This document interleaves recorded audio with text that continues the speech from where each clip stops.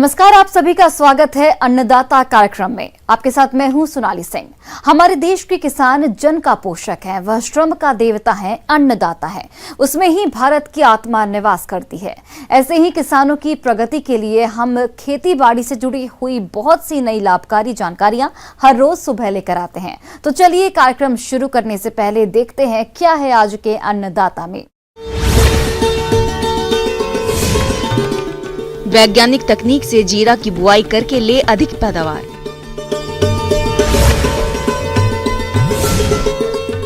गन्ने के साथ अन्य फसलों की खेती करके कमाएं अधिक मुनाफा।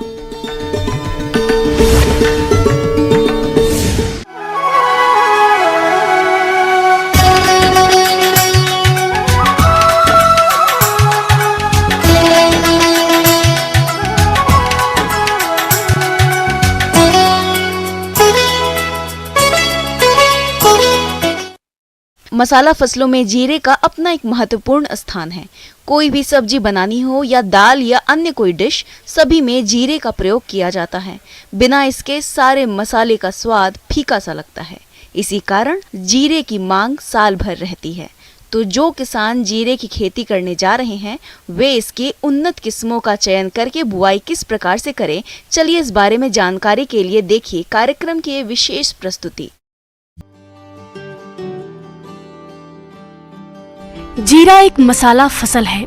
जीरे का उपयोग कई तरह के व्यंजनों में खुशबू उत्पन्न करने के लिए करते हैं। इसके अलावा इसे खाने में कई तरह से उपयोग में लाते हैं, जिसमें से कुछ लोग इससे पाउडर या भूनकर खाने में इस्तेमाल करते हैं। जीरे का सेवन करने से पेट संबंधित कई बीमारियों से छुटकारा मिल जाता है। जीरे का पौधा शुष्क जलवायु वाला होता है। भारत में जीरे की खेती सबसे अधिक राजस्थान और गुजरात में की जाती है। यहाँ पर पूरे देश का कुल 80% जीरा उत्पादित किया जाता है, जिसमें 28% जीरे का उत्पादन अकेले राजस्थान राज्य में होता है। इसके पश्चिमी क्षेत्र में राज्य का कुल 80% जीरा उत्पादन होता है। जलवायु। जीरे की अच्छी पैदावार के लिए बलुई दोमट मिट्टी की आवश्यकता होती है। इसके लिए खेत में उचित जल निकासी की व्यवस्था होनी चाहिए और भूमि का पीएच 6.5 से 7.5 के बीच होना चाहिए। इसके पौधे सर्द जलवायु में अच्छे से वृद्धि करते हैं। वर्तमान समय में जीरे की कई तरह की उन्नत किस्मों को तैयार किया गया है, जो इस प्रकार से है: RZ19, GC4, RZ209, RZ223। किसान इनमें से किसी भी किस्म का चयन करके बुआई कर सकते हैं। खेत की तैयारी। खेत की पहली जुताई मिट्टी पलट हल से, इसके बाद 2 जुताई कल्टीवेटर से करके पाटा चलाकर खेत को समतल कर लेना चाहिए। इससे खेत समतल हो जाएगा, जिससे बुआई करना आसान हो जाएगा। खाद्य और उर्वरक। किसान भाइयों, खेत में खाद और उर्वरकों का प्रयोग मिट्टी जांच रिपोर्ट के अनुसार डालनी चाहिए। इससे खर्च घटता है और पैदावार अधिक मिलता है। जीरा की खेती के लिए 10 टन सड़ी हुई गोबर की खाद खेत में डालकर पहली जुताई के समय अच्छी तरह मिला देना चाहिए। इसके बाद बुआई के समय DAP 55 किलोग्राम और यूरिया 15 किलो प्रति हेक्टेयर की दर से डालते हैं। इसके बाद 33 किलो यूरिया को पहली सिंचाई के बाद खड़ी फसल में छिटक कर देते हैं। इससे फसल की बढ़वार अच्छी होती है और पैदावार अधिक मिलती है। बीज दर। 12 से 15 किलो बीज प्रति हेक्टेयर की आवश्यकता होती है।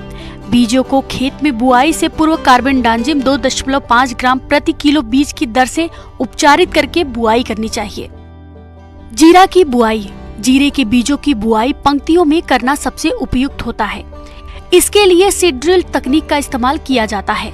कतार से कतार की दूरी 30 सेंटीमीटर, बीज से बीज की दूरी 12 सेंटीमीटर और गहराई 1.2 सेंटीमीटर रखते हुए करनी चाहिए। जीरे की बुआई का सही समय अक्टूबर से नवंबर माह अच्छा होता है। सिंचाई। जीरे के पौधों को सिंचाई की सामान्य जरूरत होती है। इसकी प्रारंभिक सिंचाई बीज बुआई के तुरंत बाद कर दी जाती है। प्रारंभिक सिंचाई को पानी के धीमे बहाव के साथ करना होता है, ताकि बीज पानी के तेज बहाव से बहकर किनारे न आ जाए।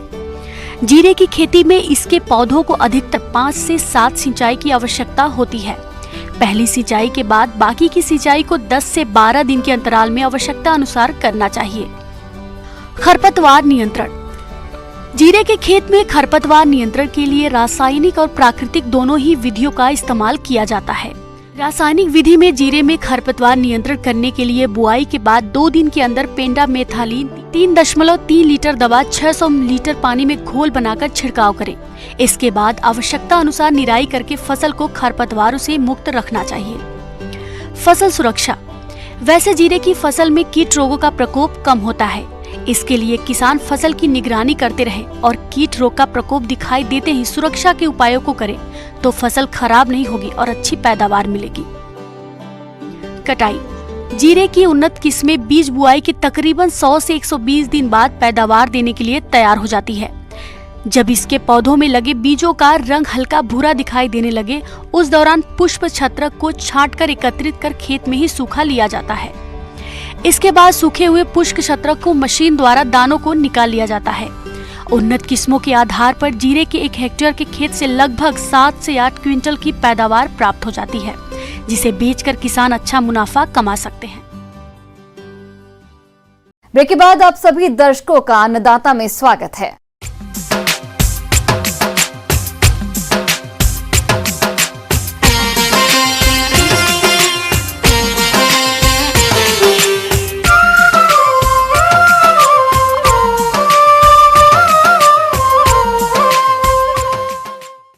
अपने राज्य में जो किसान भाई गन्ने की खेती करते हैं वे इसकी खेती करके अच्छा लाभ भी कमाते हैं, लेकिन इस लाभ को मिलने में काफी समय लग जाता है क्योंकि गन्ना एक लंबी अवधि में तैयार होने वाली फसल है। ऐसे में किसान गन्ने के साथ कम समय में तैयार होने वाली फसलों की खेती करके अच्छा लाभ कमा सकते हैं। तो चलिए गन्ने की सहफसली खेती के बारे में जानते हैं।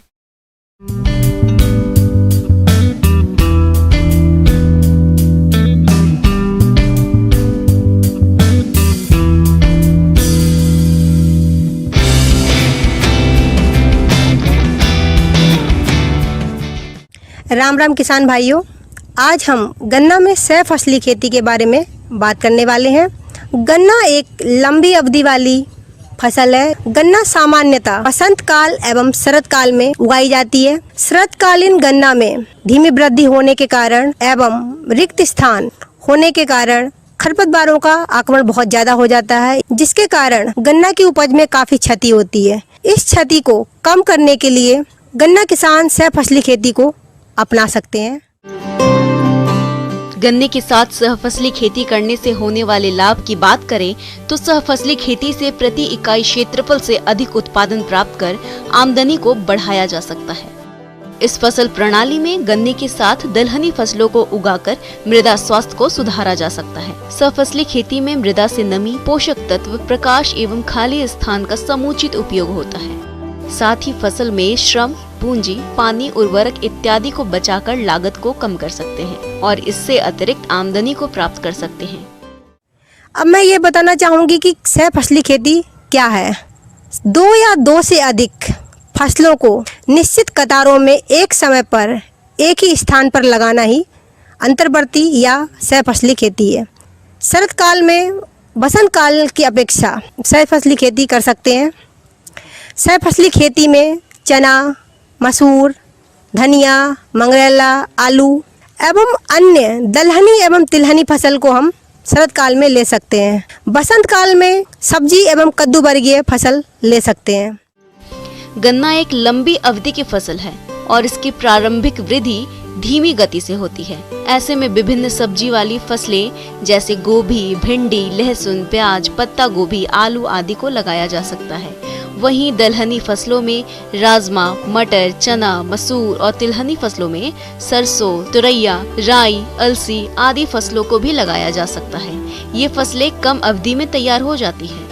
गन्ने की सहफसली खेती के लिए आमतौर पर खेत की तैयारी सामान्य खेती के ही भांति की जाती है।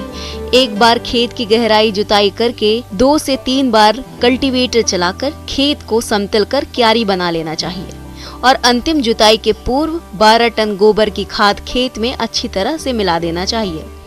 गन्ना की बुआई करते समय गहरी जुताई जरूर करें, जिससे कि मिट्टी काफ़ी भुरभुरी होगी और गन्ना की जमाव के लिए काफ़ी अच्छी होगी। साथ ही साथ यह सहफसली खेती को भी काफ़ी लाभ प्रदान करेगी। गन्ना के अनुशंसित किस्में जैसे कि COP 112, BO 91, लहसुन की अनुशंसित किस्म लहसुन बादशाह, आलू की किस्म कुफरी सिंदूरी, कुफरी ज्योति, कुफरी चिप सोना 1 ये सब ले सकते हैं। राजमा की अनुशंसित किस्म PDR 58 ले सकते हैं। ईख के साथ आलू की फसल लगाने के समय या तो हम जोड़ी पंक्ति में लगाएंगे या फिर एकल पंक्ति भी लगा सकते हैं। गन्ने के साथ सहायक फसल के रूप में सरसों के लिए बीज दर 2 से 3 किलोग्राम, राई के लिए 3 से 4 किलोग्राम, मसूर और चने के लिए 20 से 25 किलोग्राम, मटर के लिए 60 से 70 किलोग्राम, राजमा के लिए 10 किलोग्राम और आलू के लिए 20 से 25 प्रति हेक्टेयर की दर से प्रयोग करना चाहिए। और इनकी बुआई 2 कतारों के मध्य खाली पड़े स्थान पर या गन्ने के पौधे के बीच खाली पड़े स्थान पर करना चाहिए। इस प्रकार नर्सरी में तैयार सब्जी वाली फसलों को रोपना चाहिए। गन्ने के मध्य इन फसलों की रोपाई और बुआई फसल के प्रकार पर निर्भर करती है। दलहनी एवं तिलहनी फसल को 30 सेंटीमीटर की दूरी पर 1 या 2 पंक्ति में 2 कतारों के बीच में ले सकते हैं। क्योंकि हम जानते हैं कि दलहनी फसल नाइट्रोजन एवं फास्फोरस को प्रदान करती है, इसलिए अतिरिक्त नाइट्रोजन एवं फास्फोरस का व्यवहार करना जरूरी नहीं है। उर्वरक एवं खाद का व्यवहार शुद्ध फसल के बराबर ही होता है। गन्ने की सफसली खेती में खाद और उर्वरक की मात्रा सामान्य खेती के समान दी जाती है, जैसे urea 280 kilogram, DAP 190 kilogram, potash 120 और जिंक सल्फेट 25 किलोग्राम प्रति हेक्टेयर की दर से प्रयोग करना चाहिए। सफसली खेती में गन्ने की कतार में गन्ने का उर्वरक और साथ में ली जाने वाली फसल में उसका उर्वरक अलग अलग देना चाहिए। और दूसरी बात, गन्ना किसान सहफसली खेती लेते समय या फिर केवल गन्ना लेते समय गन्ना का उपचार या और सहफसली फसल का भी उपचार जरूर करें। फसल चाहे कोई भी हो, उनको प्रारंभिक अवस्था में कीट और रोगों के प्रकोप से बचाने के लिए बुआई से पहले बीजों को फफूंदनाशक कीटनाशक से अवश्य ही उपचारित करना चाहिए। साथ ही दलहनी फसलों के बीजों के उपयुक्त जैव उर्वरकों से उपचारित करना चाहिए। इसके साथ ही गन्ना किसान खरपतवार प्रबंधन का भी अवश्य ध्यान रखें। यदि वे सहफसली खेती लेते हैं तो उस समय गन्ना किसान खरपतवार नाशी 2,4-D एट्राजिन का उपयोग ना करें। ब्रेक के बाद एक बार फिर से आप सभी दर्शकों का अन्नदाता कार्यक्रम में बहुत बहुत स्वागत है।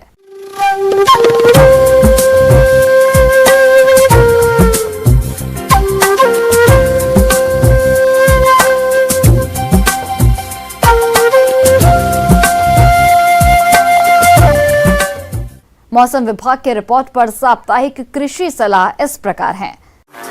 जिला कृषि मौसम इकाई कृषि विज्ञान केंद्र संगरिया द्वारा भेजे गए मौसम पूर्वानुमान रिपोर्ट के आधार पर किसान भाइयों को सलाह दी जाती है कि आगामी 3 दिनों के दौरान कहीं कहीं बहुत हल्की बारिश हो सकती है।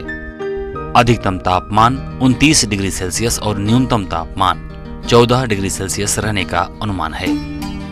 अधिकतम सापेक्षिक आर्द्रता 57% और न्यूनतम सापेक्षिक आर्द्रता 19% रहने का अनुमान है। हवा की औसत गति 8 से 14 किलोमीटर प्रति घंटे की रफ्तार से रहेगी। ऐसे में इन क्षेत्रों के किसान भाइयों को सलाह दी जाती है कि पराली को जलाए बिना इसका कई कार्यों में उपयोग करें। पराली को जमीन में मिलाकर खाद के रूप में प्रयोग करें। मौसम की स्थिति के अनुसार गेहूं की बुआई के लिए खेत तैयार करें। उन्नत बीज और खाद की खरीद करें। समय पर बुआई के लिए गेहूं की उन्नत किस्मों में HD 3086, PBW 343, PBW 550, PBW 17, राज 3077, राज 1482, HD 2329, HD 2967, राज 4037 समय पर बुआई के लिए उपयुक्त किस्में हैं। बुआई का उपयुक्त समय 5 नवंबर से 25 नवंबर तक है। चना की बुआई 20 अक्टूबर से 15 नवंबर तक करें। बीज की मात्रा 15 किलोग्राम प्रति बीघा रखें। सिंचित क्षेत्रों में सिफारिश किस्मों में GNG 1581 जिसे गण गौर के नाम से जानते हैं, GNG 2171 जिसे मीरा के नाम से जानते हैं, GNG 1958 जिसे मरुधर के नाम से जानते हैं, GNG 1488 जिसे संगम के नाम से जानते हैं, GNG 1499 जिसे गोरी के नाम से जानते हैं, GNG 663 जिसे वरदान के नाम से जानते हैं, GNG 469 जिसे सम्राट के नाम से जानते हैं, C 235 इत्यादि किस्में हैं। इसके अलावा असिंचित क्षेत्र के लिए सिफारिश किस्मों में RSG 888 का उपयोग कर सकते हैं। जड़ गलन और उकठा रोग की रोकथाम के लिए बीज को ट्राइकोडर्मा हार्जेनियम 10 ग्राम या कार्बेंडाजिम 50 WP की 1.5 ग्राम मात्रा से प्रति किलोग्राम बीज को उपचारित करके ही बुआई करें। सिंचित क्षेत्रों में जौ की सामान्य बुआई का समय अक्टूबर से नवंबर तक है। बुआई के लिए सिफारिश किस्में RD 2052, RD 2035, RD 2660, RD 2592, RD 2552, RD 2624। Malt के लिए किस्में DWRUB 64, DWRUB 52, RD 2503 का उपयोग करें। बुआई से पहले कार्बोक्सिन 70 WP की 2 ग्राम मात्रा से प्रति किलोग्राम बीज को उपचारित अवश्य कर लें। जई की बुआई के लिए अक्टूबर से मध्य नवंबर तक अनुकूल समय है। सिफारिश किस्में JHO 822, cantt OS 6, OS 9, HF 114, S 2688। बीज की मात्रा 25 से 30 किलोग्राम प्रति बीघा रखें और चारे की फसल के लिए काम में लें। रिजका की बुआई मध्य अक्टूबर से नवंबर तक कर सकते हैं। इसके लिए सिफारिश किस्में T9, NDRI सिलेक्शन 1, आनंद 2, सिरसा 8, सिरसा 9, कंपोजिट 5 की बुआई कर सकते हैं। बीज की मात्रा 6 से 7 किलोग्राम प्रति बीघा काम में लें। 5 किलोग्राम नाइट्रोजन व 8 किलोग्राम फास्फोरस प्रति बीघा बुआई के पहले उपयोग करें। फूल गोभी, पत्ता गोभी, मिर्च, बैंगन, टमाटर सब्जियों के मध्य पछेती किस्मों की बुआई नवंबर महीने में करें। बुआई के लिए सिफारिश किस्में टमाटर के लिए हिसार ललित, पूसा रूबी, पूसा 120 अर्का रक्षक। बैंगन की उन्नत किस्मों में Pusa purple long, Pusa purple round, Pusa purple cluster. पत्ता गोभी की उन्नत किस्मों में गोल्डन एकर, पूसा ड्रम हेड। गाजर की उन्नत किस्मों में पूसा रुधिरा, पूसा केसर, पूसा मेघाली। पौधशाला में मृदा जनित कवक रोगों के नियंत्रण के लिए ट्राइकोडर्मा 10 ग्राम से प्रति किलोग्राम बीज को उपचारित अवश्य कर लें। मूत्र और गोबर के बेहतर निकास के लिए उचित व्यवस्था करें, क्योंकि गीले फर्श से दस्त, निमोनिया, बुखार बीमारियां हो सकती हैं। सभी पशुओं को FMD का टीकाकरण करवाएं। पशुओं को नियमित अंतराल पर कृमिनाशक दवा देते रहें। कृमि और उनके लार्वा के विकास को रोकने के लिए पहली खुराक 21 दिनों के बाद दोबारा कृमिनाशक दवा देनी चाहिए।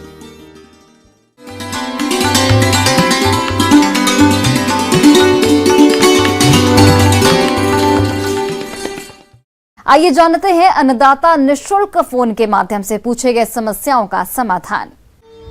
आज की अन्नदाता हेल्पलाइन में हमने जिस प्रश्न को शामिल किया है उसे पूछा है ग्राम बिशनगढ़, जिला जयपुर के मानवेंद्र प्रताप ने। आपने सोलर फेंसिंग के बारे में जानकारी चाहिए है, तो इसके लिए देखिए कार्यक्रम का यह अंश।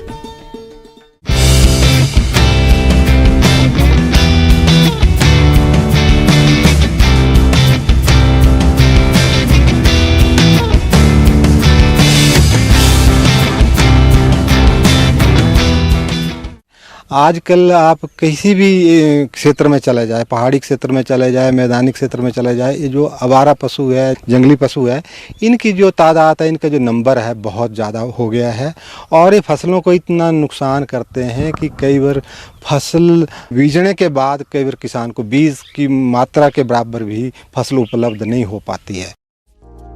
किसानों की फसल बेमौसमी बारिश, कीट और रोगों के अलावा कभी कभी बंदर, आवारा पशु, नीलगाय या छोटा जानवरों की वजह से कई बार किसानों की पूरी फसल बर्बाद हो जाती है।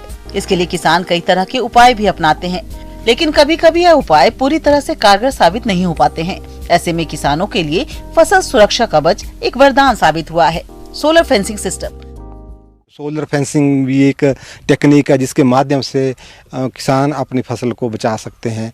ये इस तरह सोलर फेंसिंग के साथ 3 या 4 फुट तक चेन लिंक फेंसिंग लगाई जाए तो उससे जानवर अंदर नहीं आ सकता है। उससे ऊपर जैसे बंदर है या दूसरे कई जानवर, लंगूर है या और इस तरह के जानवर हैं जो छलांग लगा के क्रॉस कर सकते, तो उनके लिए हम सोलर फेंसिंग के प्रयोग से भी जानवरों को रोक सकते हैं और फसल को बचा सकते हैं। हमारे पास छोटे छोटे जानवर होते हैं, बंदर है, खरगोश है, कक्कड़ है, ये नीचे से बड़े आराम से अंदर आ जाते हैं। तो इनके लिए जो चेन लिंक फेंसिंग है बड़ी कारगर है, बड़ी इफ़ेक्टिव साबित होती है। और ऊपर जो हमारे पास 4-5 तारें जो है वो उनमें करंट होता है, वो हम सोलर जो पैनल लगाते हैं उससे बैटरी चार्ज होती रहती है और उसमें जैसे ही जानवर अंदर आने की कोशिश करता है तो उसमें एक करंट का झटका लगता है, वो फिर हिम्मत नहीं करता है। और कई बार ऐसा होता है कि जैसे हमारा नील गाय है या बारहसिंगा है या घोड़ला है, ये जो है ये 5-6 फुट की छलांग भी लगा लेते हैं। तो अगर 5-6 फुट तक हमारी चेन लिंक फेंसिंग है या 3 से 6 फुट के बीच तक के हमारे पास चेन लिंक फेंसिंग है तो ये अंदर नहीं आ सकते हैं। उसके बावजूद इस चेन लिंक फेंसिंग के साथ साथ हमारे पास कई बार पेड़ पौधे लगे होते हैं, उनके ऊपर से बंदर जंप लगा लेता है। तो कोशिश ये रहे कि इनके नज़दीक कोई ज़्यादा बड़ा पेड़ ना हो ताकि बंदर उस पेड़ के माध्यम से अंदर आ सके, जंप लगा सके। और इसके साथ साथ और ऐसी झाड़ी ना हो जो तारों के कांटेक्ट में, संपर्क में आ सके, तो उससे बैटरी को थोड़ा नुकसान होता है। तो इस जहाँ जहाँ सोलर फेंसिंग लगी होती है इसके कांटेक्ट में इस तरह का कोई कांटेक्ट में ना आए या ऐसी कोई झाड़ी ना हो जो ग्रोथ लेके उसमें ना शॉर्ट होने का डर रहता है, उसमें बैटरी को डैमेज होता है। तो जब भी इस तरह की फेंसिंग लगानी है तो इन चीज़ों का थोड़ा ध्यान रखना। और इन जो सोलर फेंसिंग के जो आप पोल देख रहे हैं इनके कम से कम 6 से 7 फुट की हाइट होना बड़ा ज़रूरी होती है। अगर इससे कम हाइट रखें तो जानवर कई बार अंदर आने की कोशिश कर लेता है। तो 7-1 फुट की हाइट तक हम इन पोल को रखते हैं। और ये फेंसिंग इस तरह की है कि एक बार लगाने से ये कई साल तक किसान का काम देती है। और इसमें सरकार सब्सिडी भी देती है, सोलर फेंसिंग लगाने के लिए सरकार के से सब्सिडी भी मिलती है। प्रदेश के जो किसान भाई शासन द्वारा अनुदान लेकर अपने खेत में सोलर फेंसिंग सिस्टम लगाना चाहते हैं तो इसकी जानकारी के लिए अपने नजदीकी कृषि विभाग से संपर्क करें। तो इस तरह के अगर फेंसिंग किसान लगाता है और कुछ समूह में भी कुछ ग्रुप ऑफ फार्मर्स भी इस फेंसिंग को लगा सकते हैं ताकि वो अपनी फसल को जो बड़ी मेहनत से उन्होंने तैयार की होती है उसको वो बचा सके।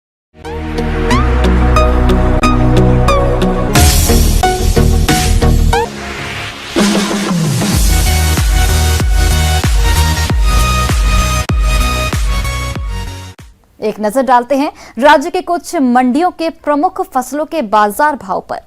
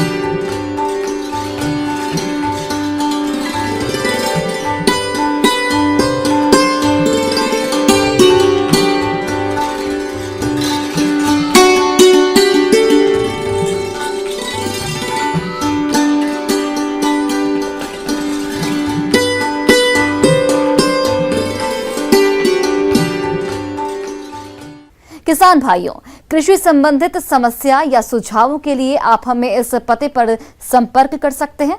प्रोड्यूसर अन्नदाता, news 18 Rajasthan, Ramoji film city, Hyderabad 501512।